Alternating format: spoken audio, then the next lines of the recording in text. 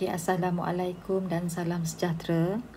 Kita jumpa lagi untuk topik yang seterusnya, iaitu bab 7, koordinasi badan. Okay. Koordinasi badan. Maksud koordinasi adalah penyelarasan sistem badan. Okay. Mungkin awak tak berapa jelas lagi bila tengok tajuk ni. Nanti bila kita pergi pada setiap subtopik, cikgu rasa awak akan lebih faham. Okay. Apa yang kita nak belajar dalam bab ni? Okay, tajuk dia koordinasi badan. Okay.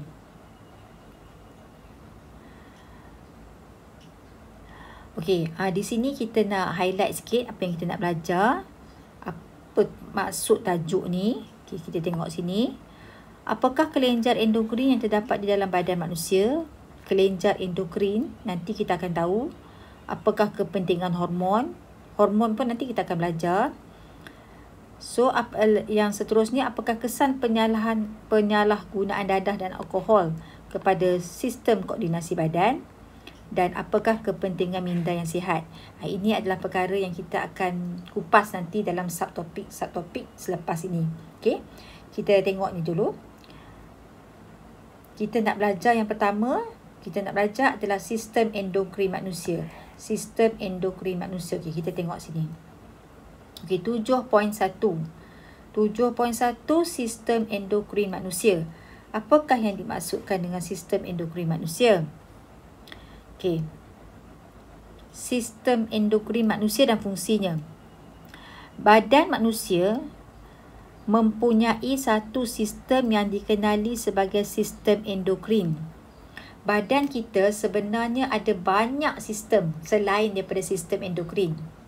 Contoh yang awak tahu sebelum ini, kita ada belajar sistem pencernaan, kita belajar sistem pembiakan, kita belajar sistem perkumuhan, kita belajar sistem peredaran darah dan macam-macam sistem lagi kan yang kita dah belajar. Dan salah satunya yang kita akan sentuh dalam tingkatan 4 ini adalah sistem endokrin. Sistem yang agak jarang bagi kita kalau kita dengar sistem endokrin. Apakah itu sistem endokrin? Sistem endokrin adalah salah satu sistem di dalam badan yang menyelaraskan fungsi badan. Mengkoordinasikan tu maksudnya menyelaraskan fungsi badan dan ia melibatkan bahan kimia. Okey. Okey, ini. Jadi macam biasalah. Okey. Nak awak lebih faham apa yang kita nak belajar ni. Seperti biasa, cikgu dah siapkan rangka untuk awak macam ni. Okey. Awak tengok di sini, sistem endokrin, ya, cikgu tulis ni sistem endokrin. Apa maksud sistem endokrin ni? Awak kena refer lah buku surat 144. Apa dia sistem endokrin? Awak boleh tengok. Awak tulis jawapan kat sini. Okey. Fungsi sistem endokrin, fungsi dia, apa tugas sistem endokrin ini? Adalah, okey, ada dalam buku teks juga. Okey, ada dalam buku teks perenggan yang ketiga. Perenggan yang bawah sekali tu. Okey. Ni kat sini ni. Sistem endokrin berfungsi untuk menghantar maklumat ke seluruh badan menggunakan hormon. Dia akan hantar maklumat ke seluruh badan dengan menggunakan bahan kimia yang kita panggil hormon. Itu fungsi dia. So, awak tulis kat sinilah fungsi dia. Hormon. Bila sebut tentang hormon, kita highlightkan lagi. Apa dia hormon? Hormon ialah bahan apa? Ada di muka surat 144. Hormon ialah, mana kita? Hormon ialah sejenis bahan kimia organik yang dirembeskan oleh kelenjar endokrin. Saya ulang lagi sekali. Hormon adalah sejenis bahan kimia organik yang dirembeskan oleh kelenjar endokrin. Kita ringkaskan ayat tu. Okey? Hormon ialah, awak sambung ni. Awak sambung yang layan ni. Hormon ialah apa dia? Hormon yang kedua, satu hormon boleh mempunyai lebih daripada satu organ sasaran. Satu hormon itu boleh pergi kepada beberapa organ-organ lain. Maksud ayat tu. Okey. Di sini. Satu jenis hormon boleh mempunyai lebih daripada satu organ sasaran. Okey. Hormon A dia boleh pergi dekat organ B. Hormon A juga boleh pergi dekat organ C. Maksudnya boleh macam tu. Okey. Bila kita sebut sistem endokrin ni sebenarnya terdiri daripada kelenjar endokrin. Dia adalah terdiri daripada kelenjar endokrin. Okey. Macam mana maksudnya kelenjar endokrin ni? Okey. Maksud kelenjar endokrin, maksudnya awak tengok muka surat 144. 144. Okey. Maksud kelenjar endokrin. Apa dia maksud kelenjar endokrin? Ambil yang ni. Ambil yang ni ya.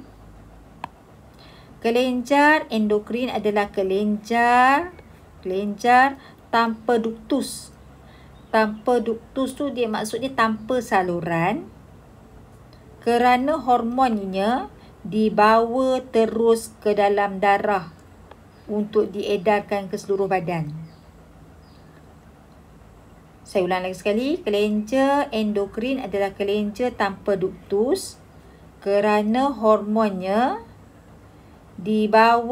dirembeskan secara terus ke dalam sistem peredaran darah untuk diedarkan ke seluruh badan. Maksudnya dia tak perlukan saluran.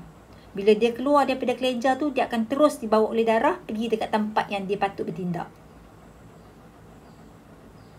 Tak berapa nak jelas lagi kan? Tak apa, nanti awak boleh faham. Okey. Sekejap ni ya. Okey. Fungsi kelenjar endokrin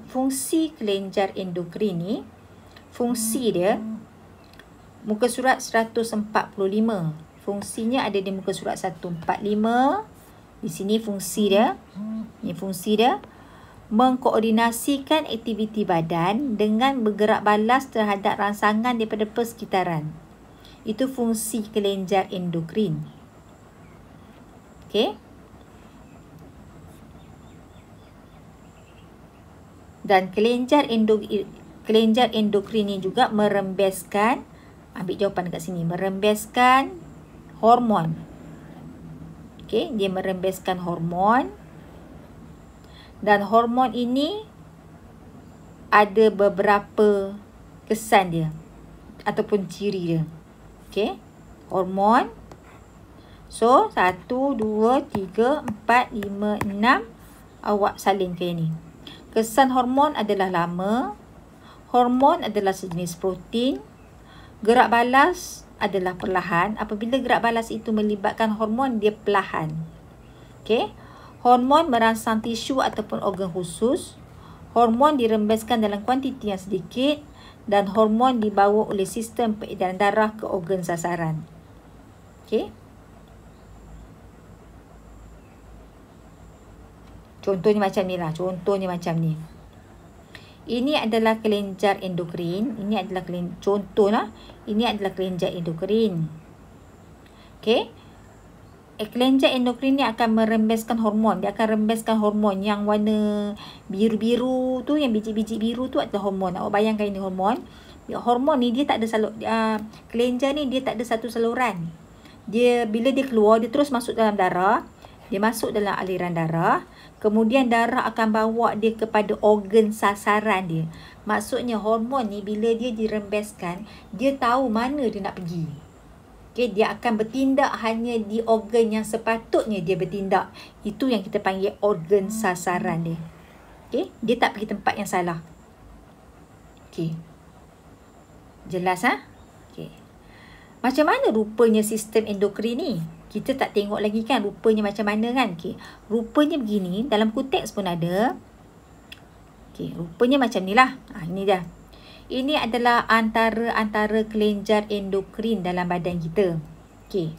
Ini adalah lelaki, yang ini adalah perempuan. Hampir sama. Hanya satu saja yang berbeza. Okey, kita tengok.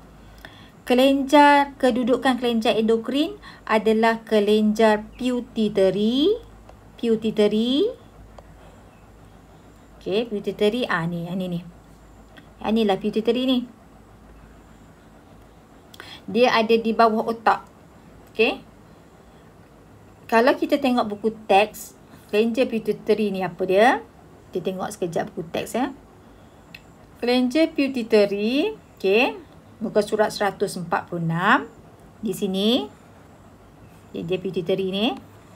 Macam gambar tadi tu. Dia terletak di bawah cerebrum. Terletak di bawah cerebrum. Juga dikenali sebagai kelenjar induk. Kelenjar pituitary ni adalah merupakan kelenjar induk. Kenapa dia dikenali sebagai kelenjar induk? Induk ni macam ketua lah. Kerana kelenjar ini boleh menghasilkan hormon. Hormon yang dia hasilkan boleh pula mengawal kelenjar endokrin yang lain. Faham maksudnya? Maksudnya macam ni. Dia ni keluarkan hormon. Hormon dia pergi dekat kelenjar yang ni kata. Kemudian kelenjar ini pula boleh keluarkan hormon untuk kawal kelenjar yang ni pula. Maksudnya macam itulah. Okey. Dia boleh menghasilkan hormon yang mengawal kelenjar endokrin yang lain. Silap. Macam ni. Saya ulang lagi sekali. Okey. Kelenjar endokrin pituitary ni apabila dia keluarkan hormon, dia pergi dekat kelenjar pituitary yang lain, ni hormon. Dia pergi dekat kelenjar pituitary yang lain, pula. Dia pergi pada kelenjar endokrin yang lain dan dia arahkan kelenjar ni keluarkan hormon dia pula. Okay, macam tu maksud dia. Okey. Ni maksudnya kelenjar induk. Kelenjar ketua. Kerana dia boleh menghasilkan hormon dan hormon yang dia hasilkan tu boleh pergi dekat kelenjar endokrin yang lain pula untuk supaya kelenjar endokrin yang ini keluarkan pula hormon dia. Okey. Yang tu. Lelaki ada, perempuan pun ada. Okey. Kedudukannya kat sinilah ni. Ni di sini. Kelenjar pituitary. Terletak di bawah cerebrum. Okey. Seterusnya kelenjar yang kedua adalah kelenjar tiroid. Letaknya di bahagian leher. Okey. Perempuan ada, lelaki ada. Inilah yang dikatakan sistem endokrin. Inilah sistem endokrin. Dan ini adalah kelenjar-kelenjar dia. Kelenjar tiroid ada di bahagian leher. Kemudian kita ada ni satu, ni dua. Yang ketiga kita ada pankreas. Pankreas letaknya di belakang perut. Okey. Pankreas, kita tengok pankreas. Pankreas ada kat mana?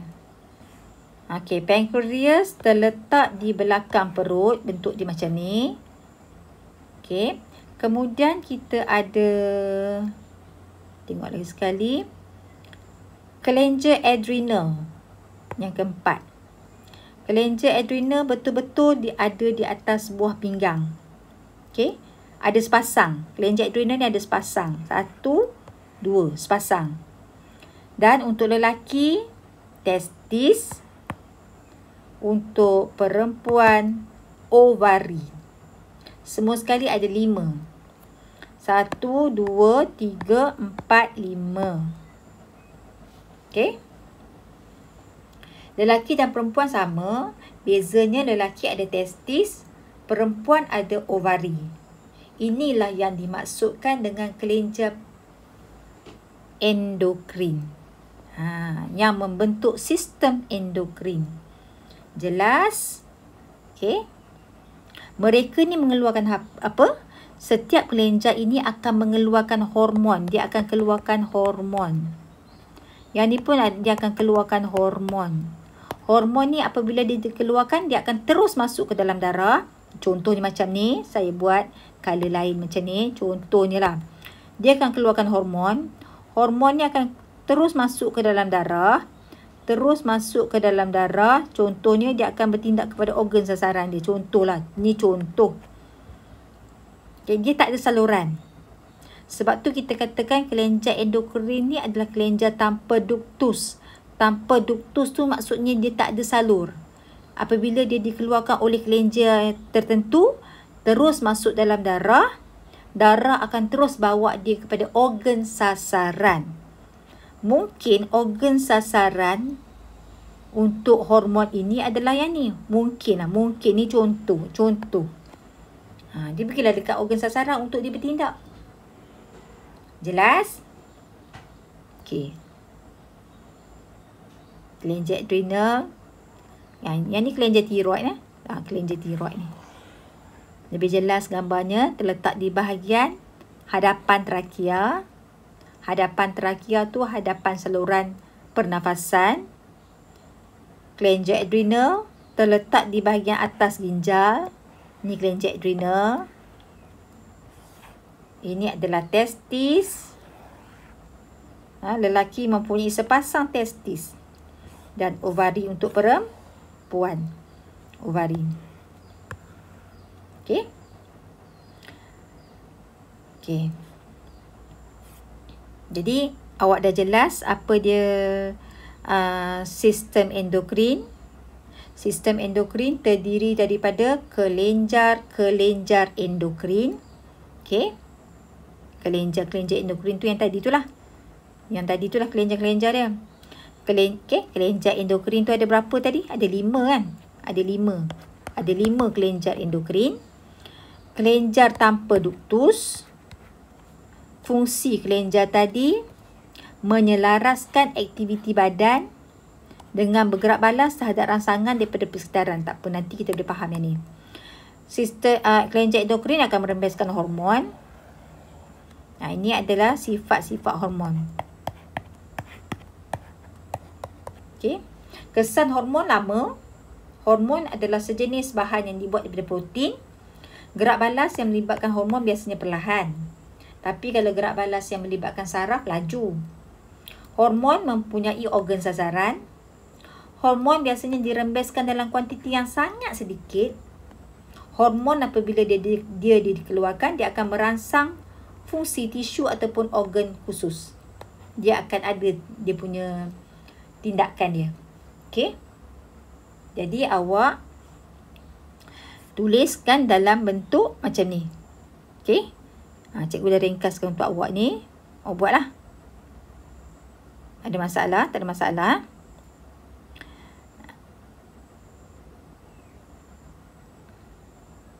Okey, kelenjar endokrin ni, saya ulang lagi sekali, kelenjar endokrin ni fungsi dia ada di muka surat 145. 145. Ni, yang ni. Nanti awak tak jumpa pula jawapan dia. Ni fungsi dia. Ya? Salin je yang tu. Okey. Kita tengok yang ni pula. Contohnya. Okey. Apakah yang anda rasa? Apakah yang anda rasa jika terserempak dengan ular ketika anda bermain di padang? Ini adalah situasi yang biasanya melibatkan kelenjar endokrin. Melibatkan sistem endokrin. Adakah anda akan melarikan diri dengan laju? Ataupun anda terkejut? Kenapakah keadaan yang anda nyatakan tadi berlaku? Mungkin kita akan berpeluh, mungkin kita akan rasa berdebar-debar, mungkin kita akan lari bila kita tengok sesuatu yang menakutkan, contohnya ular. Okey, jawapannya mudah, iaitu untuk menyelamatkan diri daripada bahaya. Marilah kita lihat situasi di bawah. Ini adalah contoh situasi yang biasanya melibatkan sistem endokrin. Mesti awak tertanya-tanya kan, sistem endokrin ni gunanya untuk apa? Bila? Ini adalah contoh situasi yang biasanya melibatkan sistem endokrin. Kita nampak ular besar. Bila kita nampak ular besar, ular menakutkan, kita akan rasa jantung kita akan berdegup-degup jantung. Mungkin kita akan berpeluh dan seterusnya kita akan lari dengan secepat mungkin untuk mengelakkan daripada ular kan. Jadi, di sinilah sistem endokrin tu akan berfungsi. Okey. Nampak ni. Kelenjar endokrin akan mula merembeskan hormon pada waktu kita takut ni. Bila hormon tadi dirembeskan, jantung kita akan berdegup dengan lebih laju, kadar pernafasan kita akan jadi laju, tekanan darah kita akan jadi tinggi, aras glukosa darah kita akan meningkat dan kadar metabolisme kita juga akan meningkat. Ini yang akan berlaku kalau kita tengok benda yang menakutkan. Bila ini berlaku, kesan dia memberi kesan kepada jantung akan mengepam dengan lebih banyak darah untuk membekalkan oksigen kepada otot dan juga glukosa. Otot akan mendapat lebih banyak tenaga untuk kita berlari dan lebih banyak glykogen simpanan akan ditukarkan menjadi glukosa untuk membekalkan tenaga. Ini adalah contoh situasi yang melibatkan sistem endokrin. Ya? Okey. Jelas apa yang kita nak belajar? Jelas apa yang kita nak belajar hari ni? Okey. Dah habis. Jadi, buat yang ni sajalah. Buatlah nota ni. Okey, sikit je. Simple je. Okey, kita tengok pula jadual. Yang ni kita dah tengok tadi. Yang ni kita dah bincang. Dah bincang pun. Ni pun dah bincang. Kita tengok jadual 7.1. 7.1 kita nak perhalusi satu-satu. Jadual 7.1 menunjukkan fungsi hormon yang dirembeskan oleh kelenjar endokrin. Okey. Kita nak tengok satu-satu. Kelenjar pituitary. Kelenjar pituitary dia akan merembeskan dua jenis hormon. Yang pertama hormon antidiuresis. Singkatan dia adalah ADH.